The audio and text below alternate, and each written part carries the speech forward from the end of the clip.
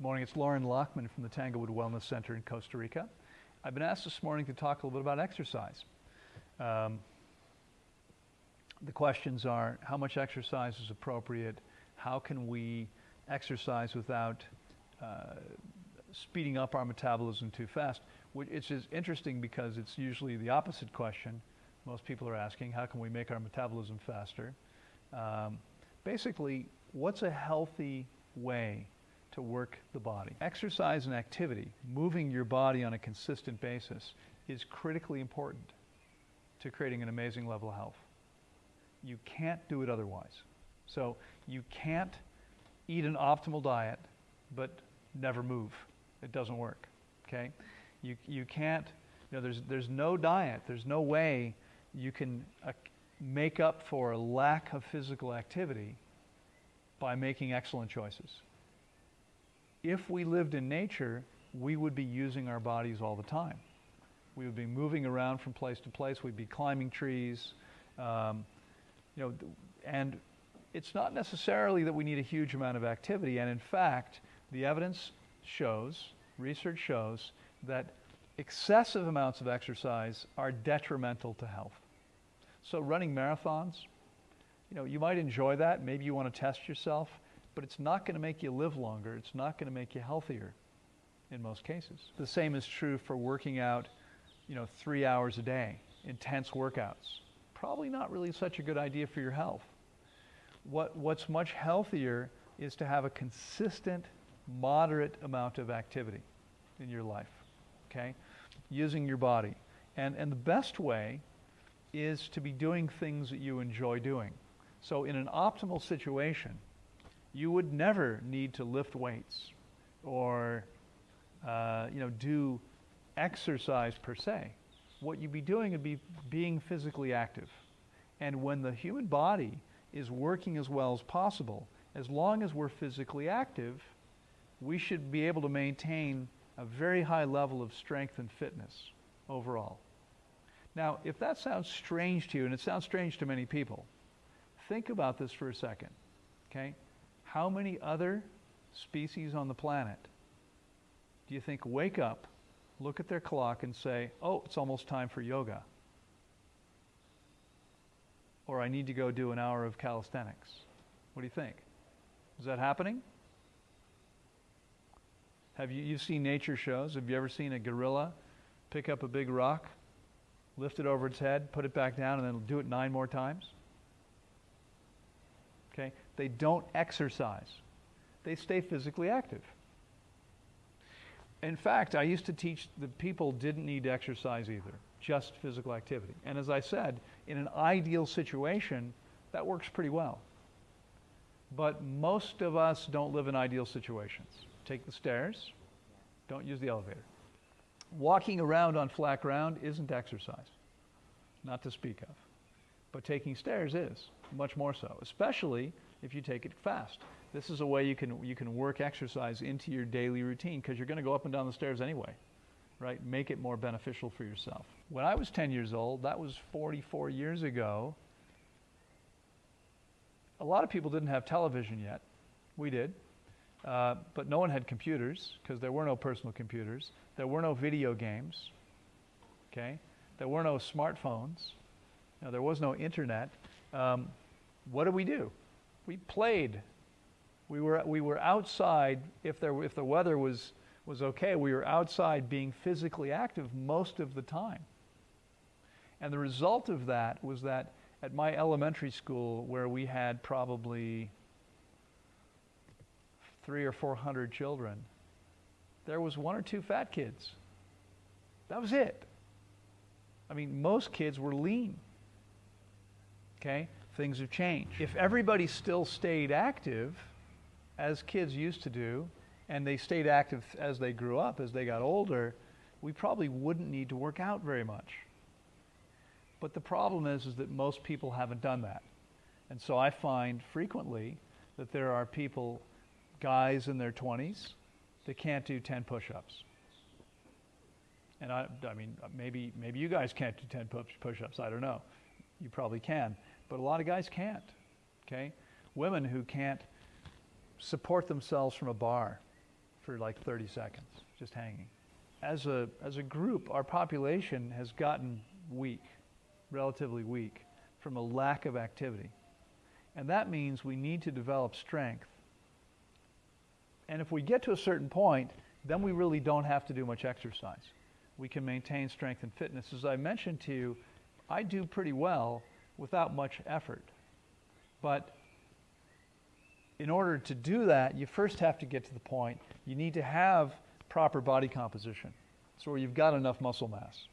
Now, I've talked with some of the people here this session, and it's not that your body fat's too high, it's that your muscle mass is too low. Okay, for your body to work as well as possible, you need to develop more muscle. Once you've done that, though, if your body is working really well and you're being normally active, I mean, again, you can't just work at a desk and go home and watch TV. But if you have physical activity as part of your life, you may not need too much more. Most people can probably maintain a very high level of fitness in 45 to 60 minutes per week. And I know many people say, I don't have time to work out, or I don't have time to go to the gym, right, to go to classes. But be honest, could you not find or create 45 minutes a week? What do you think? You probably could if you wanted to, right? I mean, even if you had to wake up, 20 minutes earlier, 3 times a week, there's an hour. Just 20 minutes. Could make a huge difference to your level of fitness. So anyone that says, I don't have time, is really saying, I'm not that interested. It's not important enough. Be clear, though, because I think you all said you were committed to creating an amazingly high level of health, right? Is anyone here not committed to that? You all are. You're not going to do that. You're not going to create an amazing level of health until you create an amazing level of fitness. In order to be as healthy as possible, you have to be fit. You have to have enough strength for your body to work properly. Now, as I pointed out before, in order to be fit, you do not have to be healthy. Okay? I had a tennis champion who lived on McDonald's. Okay? You can create strong, you probably know lots of people being in the fitness industry who are strong and fit but aren't very healthy. And in fact, if you read the news or watch the news, you see athletes who die of heart attacks and strokes and get cancer. Being fit and strong doesn't mean you're healthy. And a lot of people don't understand this, and so they'll see someone who looks fit and think they're healthy. Not necessarily. They're two different things. But just as in order to be as healthy as possible, you need to be putting optimal food into your body. You need to give your body a chance to cleanse and heal. You also need to have a high level of fitness because your body doesn't work properly without that. Does that make sense to you guys? Okay. So how do you do this? Well, first of all, let's look at what it is we're trying to create. When I talk about fitness, I'm talking about at least 3 different components. Strength, and there's 2 kinds of strength. You've got brute strength, power, and then you've got explosive strength. Okay? So, anybody here ever run competitively or swim? I was a swimmer. You were a swimmer too. Often, the first person to get furthest into the pool when they fire the gun wins the race.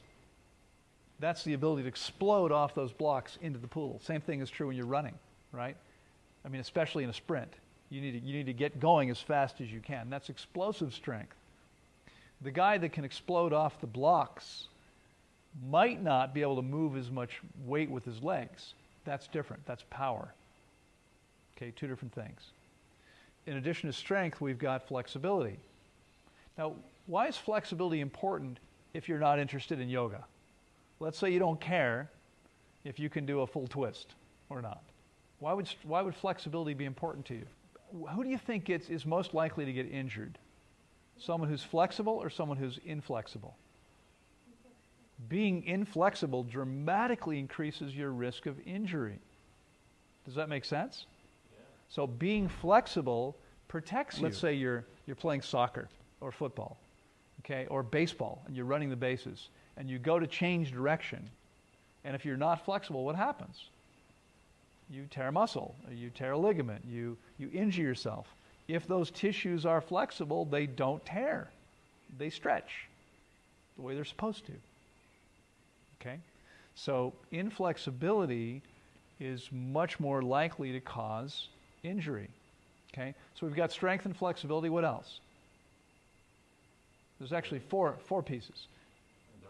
Endurance, right. We talk about endurance, we're talking about cardiovascular, right? Why is this important?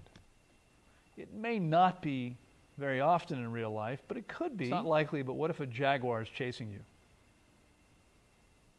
You might want to be able to keep running, right? If you've got a head start on a cheetah, I mean, you're probably not going to do very well anyway, but a cheetah can run 88 miles an hour. You can't run that fast.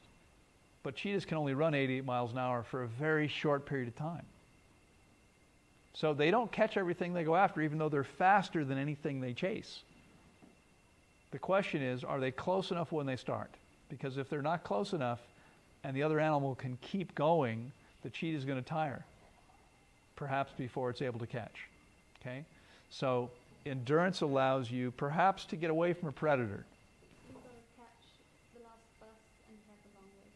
If you've got to catch the last bus, okay, maybe. There's one more piece that we haven't talked about that could also be critical for your health.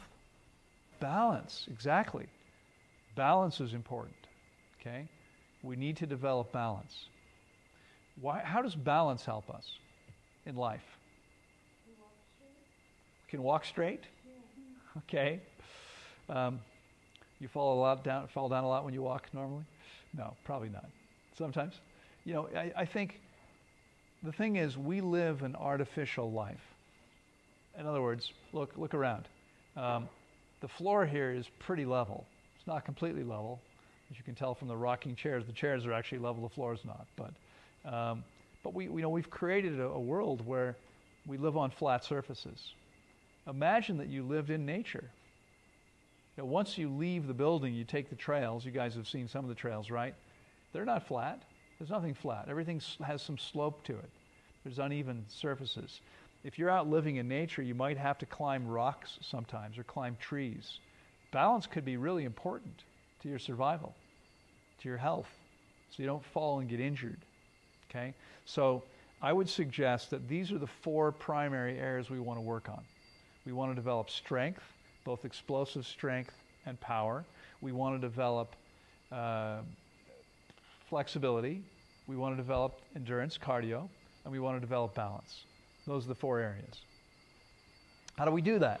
Well, we do that primarily by moving the body. In my opinion, the best way is by moving the body through a series of exercises. So body weight exercises.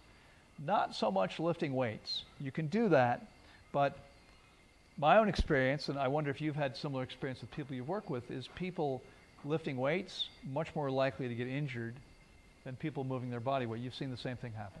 Yeah. So it's really easy if you're lifting weights to hurt yourself. It's much harder to do that if you're moving your own body weight around. And you can do a lot moving your own body weight around. You don't really need weights.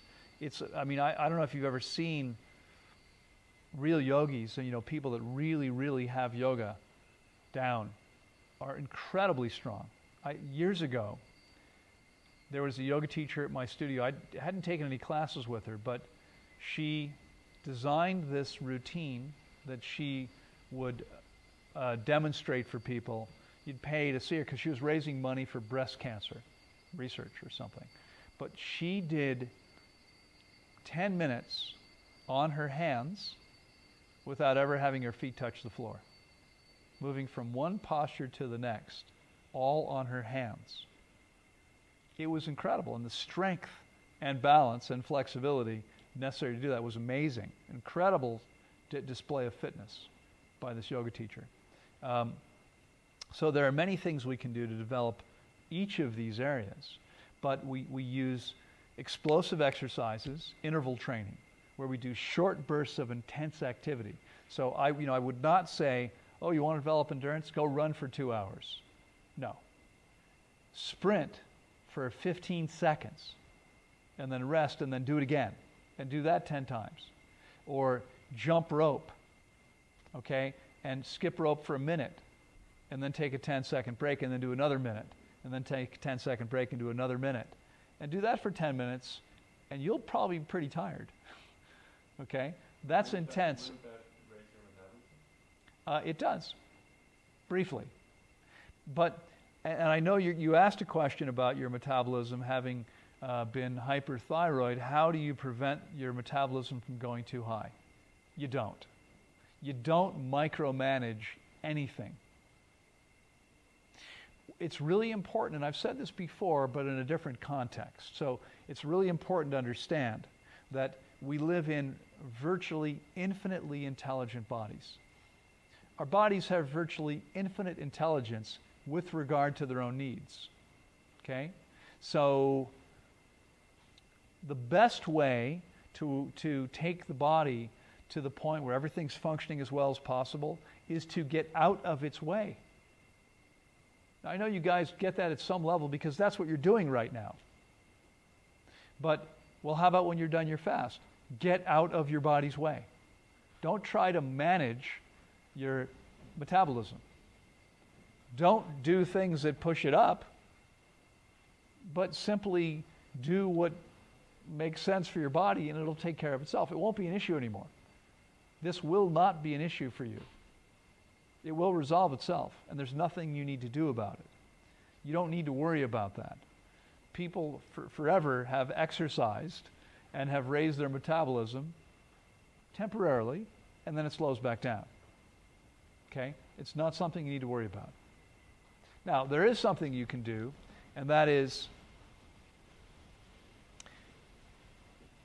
if you do the cardio first and then do strength exercises, you won't keep your metabolism as high as long as if you do the opposite.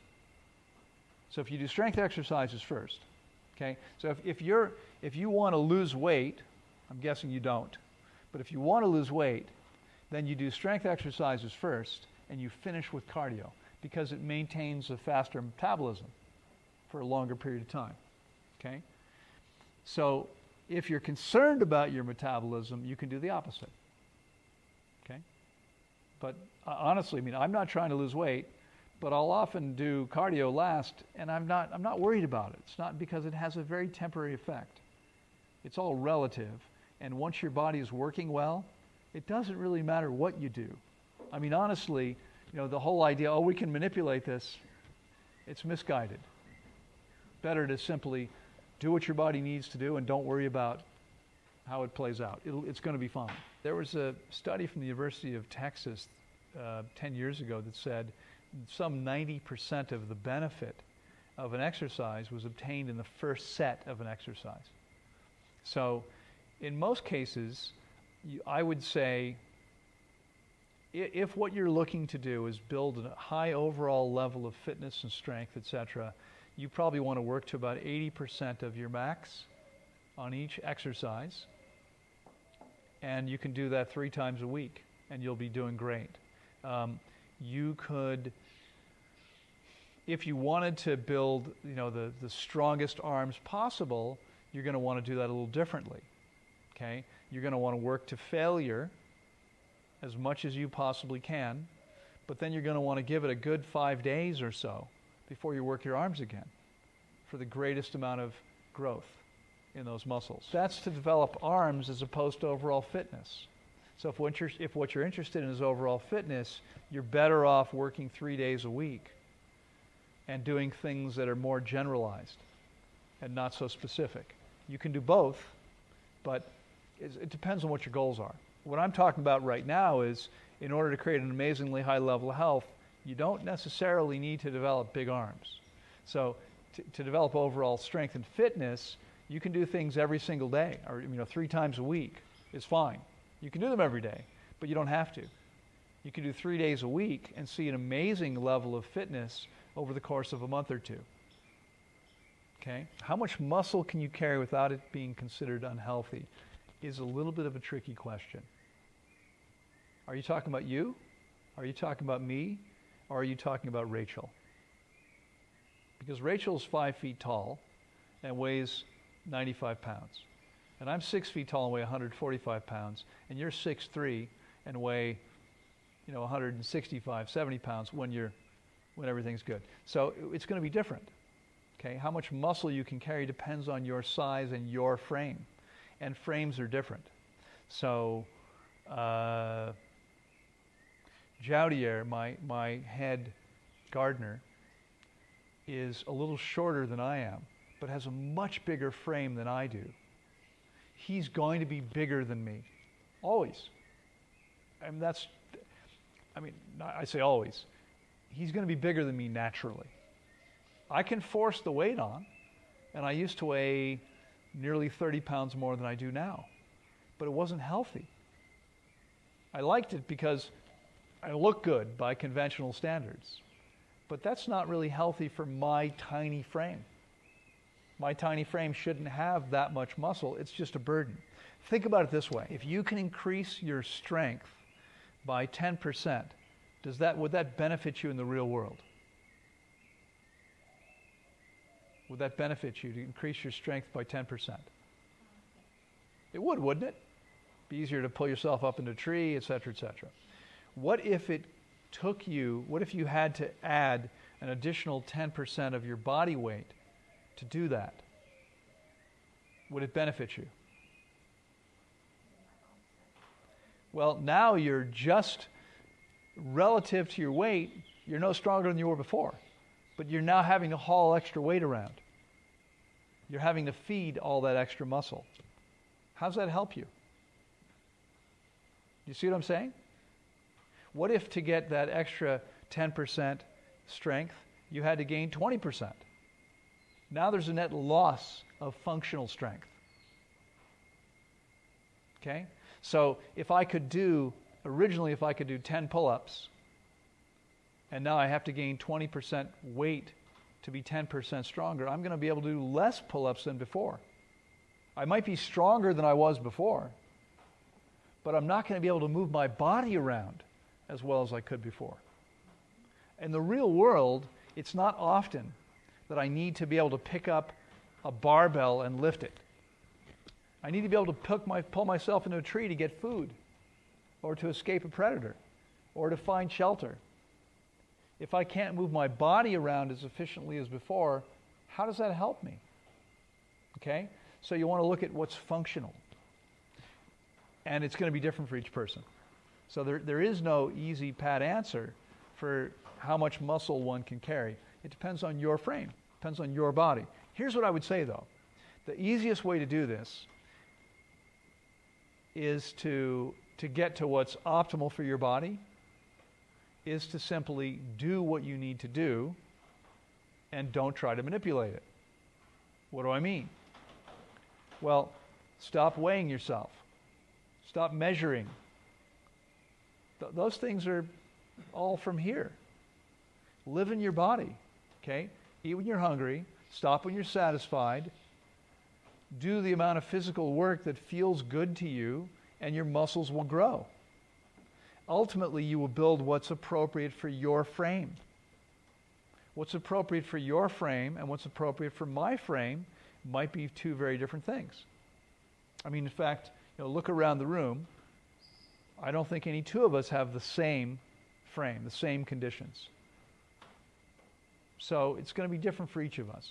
But ultimately, if you're doing what you need to do, your body will find and maintain whatever is optimal for your body. Does that make sense? It shouldn't require a lot of effort. Okay? It shouldn't require a lot of effort. The question was, what about picking up and carrying things that are very heavy? How do you know it's okay? So you don't hurt yourself. I think the answer is it's just learning what your limits are, so you don't overdo it and harm yourself. There's no easy formula. Well, take the square root of 37 times your height and add your weight plus 2, and then divide by 9.5. The only thing you can do is get stronger, right? Develop your strength so it's less of an issue. Obviously, the stronger and more balanced and more flexible, more fit you are, the less likely you are to get injured by doing the kinds of things you need to do, right? By moving the kinds of things you probably need to move and carry. The weaker or more inflexible or less balance you are, less balance you have, the more likely you are to be injured as a result of that. Well, as I've already said to you, being physically active is required to create a high level of health. If you sit on the couch all day and never move, you'll minimize your caloric expenditure and need less food. So is that healthier than living an active life? No, of course not. The fact that you will need more calories if you're active is fine. You need to be active to be healthy. Again, forget about your head, right? Here's what you want to do. Lead a physically active life. Be active. Don't go and do crazy amounts of activity, crazy amounts of exercise. 3-4 hours of intense working out is too much. Running a marathon or worse, 100-mile race like some people do, is probably not the healthiest thing for your body. But being active, doing activities that you enjoy doing, and in the meantime, developing the strength and fitness that your body really needs to function as well as possible is important. And then leading a physically active life is important. It's beneficial to you. Will that increase your caloric intake? Yeah, to some degree. That's fine. The idea is not to minimize the caloric intake. You've never heard me say, eat as few calories as possible. I've always said exactly the same thing. Eat when you're hungry. Stop when you're satisfied. What's true is that in one study of centenarians, the males consumed an average of 1,200 calories and the females an average of 1,000 of people that lived over 100. Okay? The fact is that eating fewer calories overall tends to mean longer life. But I'm not telling you to minimize your caloric intake. I'm telling you to not eat more than you need to. That's all you need to do. Again, don't overthink this, okay? Get in your body. When your body wants and needs food, give it food. Be paying attention so that you're not continuing to eat past the point that your body's gotten what it needs. Not to the point of being full. The Okinawans, who for years were considered the longest lived people on the planet today, had a saying, eat until you're 2/3 full, or 80% full. Okay? Other people have said 2/3. Someone once said, man lives on 1/3 of what he eats. 1/3 of what he eats. On the other 2/3 lives his doctor. Okay? Most people could do much better eating much less food than they do. Much less. So, I've recently decided, I'll go through periods where I'm more or less physically active. We've been closed until 10 days ago. We were closed for the last 6 weeks. I spent a total of about a week at the beach and body surfed all day. I mean, the first 4 days, I was down in Uvita. There were big waves, and I was in the ocean 5-6 hours a day. And that's intense. And then we had a couple of trips to the beach over the last week before you guys got here. The day before you guys came, we did a staff trip to the beach. The waves weren't as big. I was probably only in the ocean for 3 hours that day. Is that about right? That's why I was so sunburned, because I don't know how to get shade while I'm in the ocean, and I don't use sunscreen. But I'll go through periods like that where there's intense. And did I eat more then? No. It doesn't really change my caloric intake very much, if at all. And then there may be times where I'm not as active. On those days, I body surfed 2 or 3 hours in the morning. I hadn't eaten anything. Okay?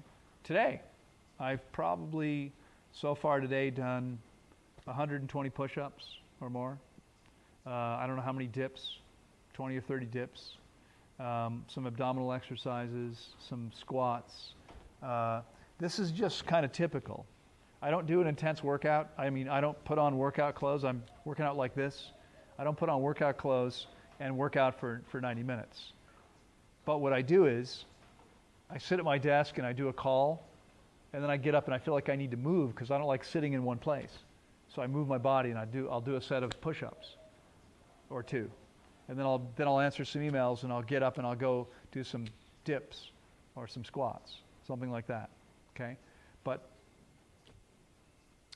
I've already done 20 or 30 minutes of exercise, if you added it all, and haven't eaten anything. It's no problem. Okay? There's no need to eat because I'm running on electricity, not the food I eat. All right? Bogs you down. Bogs you down. You know, you eat before you exercise, your energy has gone to your stomach, not your muscles. So there's no need to eat before. You know, people sometimes say, well, yeah, but what if I'm going to be doing all this exercise, shouldn't I load up first? No. That's old school thinking, and it never made any sense to me. I've been teaching for 20 plus years, 25 years now. Don't do that. You want to listen to your body. Well, before you exercise, is your body needing food? No, I'm eating it now because it's going to need food. But then you're not listening to your body. You're trying to anticipate your body's needs. So you work out, and then when your body says, I'm hungry now, you feed it.